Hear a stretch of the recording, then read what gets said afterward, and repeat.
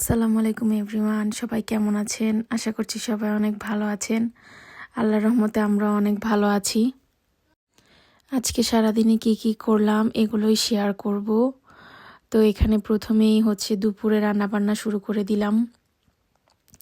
আজকে রান্না করব লাউ দিয়ে ইলিশ মাছের মাথা, তারপরে কাটা এগুলা দিয়ে রান্না করব। আর ইলিশ মাছ ভাজা রাখবো কিছু খাওয়ার জন্য।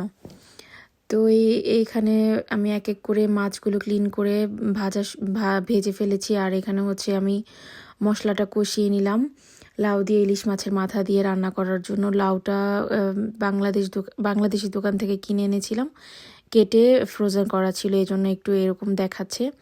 তো এই তো আমার রান্নাটা হয়ে গেল লাউ দিয়ে ইলিশ মাছের মাথা দিয়ে। আর এই সাইডে আমি শুকনা মরিচ টেলে নিলাম ইলিশ মাছ ভাজা দিয়ে খাওয়ার জন্য। এটা আমার খুবই প্রিয়, খেতে খুবই মজা লাগে ইলিশ মাছ ভাজা দিয়ে শুকনা মরিচ। আর এই তো এখানে এগুলো কোয়েল পাখি। কোয়েল পাখিগুলোকে সুন্দর মতন কাটা বাছা করে ধুয়ে আমি এখানে রান্নার জন্য বসিয়ে দিলাম।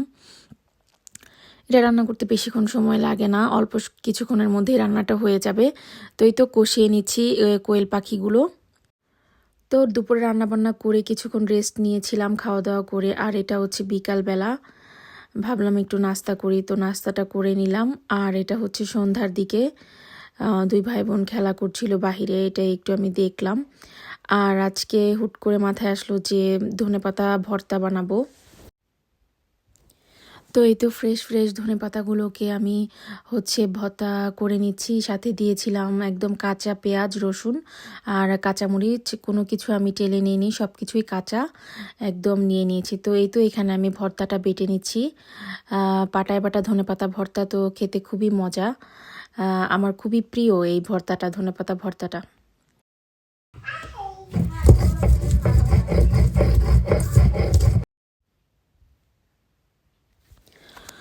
তো এই তো আমি এক এক করে ধনেপাতা ভর্তাটা বানিয়ে নিলাম।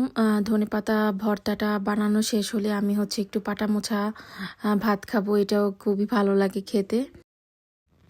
তো এই ছিল আজকের ভিডিও। আশা করছি ভিডিওটি ভালো লেগেছে। ভালো লাগলে প্লিজ একটি লাইক দিবেন আর সাবস্ক্রাইব করে আমার চ্যানেলের পাশেই থাকবেন। দেখা হবে নেক্সট ভিডিওতে। আজকে এই পর্যন্তই। আল্লাহ হাফেজ।